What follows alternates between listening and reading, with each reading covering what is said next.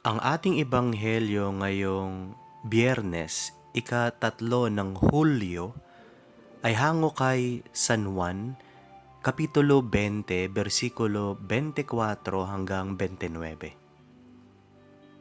Si Tomas na tinatawag na kambal at kabilang sa 12 ay wala roon nang dumating si Jesus. Kaya't sinabi sa kanya ng ibang mga alagad, "Nakita namin ang Panginoon." Sumagot si Jesus, Hindi ako maniniwala hanggat hindi ko nakikita ang mga butas na mga pako sa kanyang mga kamay at hanggat hindi ko nailalagay ang aking daliri sa mga iyon at nahahawakan ng kanyang tagiliran." Makalipas ang 1 linggo, muling nagkatipon sa loob ng bahay ang mga alagad at kasama nila si Tomas.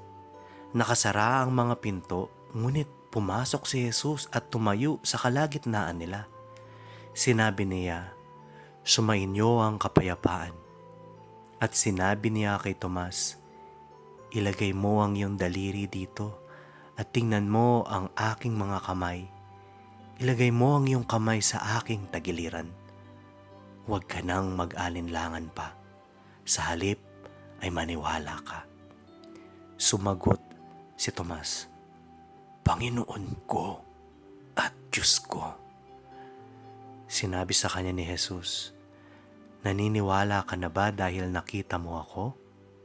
Pinagpala silang hindi nakakita, gayon may naniniwala." Ang mabuting balita ng Panginoon. Ang ating pagninilay para sa Faith Food ngayon ay mula kay Brother Christian Costuna mula sa Hand of the Sower Catholic Community. Maniwala ka muna at makikita mo. Sa buhay naming mag-asawa, halos mawalan na rin kami ng pag-asa o paniniwala na kami ay magkakaanak pa. Sinubukan po naming magpaalaga sa mga doktor, uminom ng iba't ibang mga gamot upang maiayos ang aming mga katawan, at dumaan rin sa iba't ibang prosesong medikal, ngunit hindi rin ito nagtagumpay. Ang aking asawa ay minsang nabuntis noong November 2019, ngunit pagkatapos ng 2 buwan ay nawalan na po ng heartbeat ang aming unang magiging anak sana.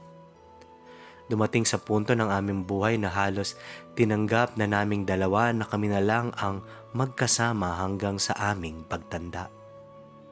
Naging daan ito para umattend kami ng seminar for adoption upang maintindihan ang pagdaraanan namin. Hanggang sa nakakuha na kami ng certificate upang masimulan na ang proseso, hindi na lang namin natuloy ito dahil naging abala na ako sa retreat at recollections. Hindi namin inaasahan, ngunit sa ikalawang pagkakataon ay nabuntis muli ang aking asawa.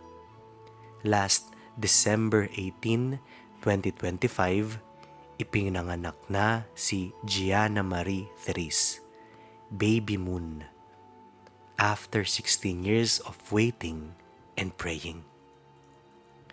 Nawalan man kami ng pag-asa, nag-alinlangan at nagduda sa kapangyarihan at kakayahan ng Diyos, hindi pa rin niya hinayaan na mawalan ng saysay ang aming pananampalataya.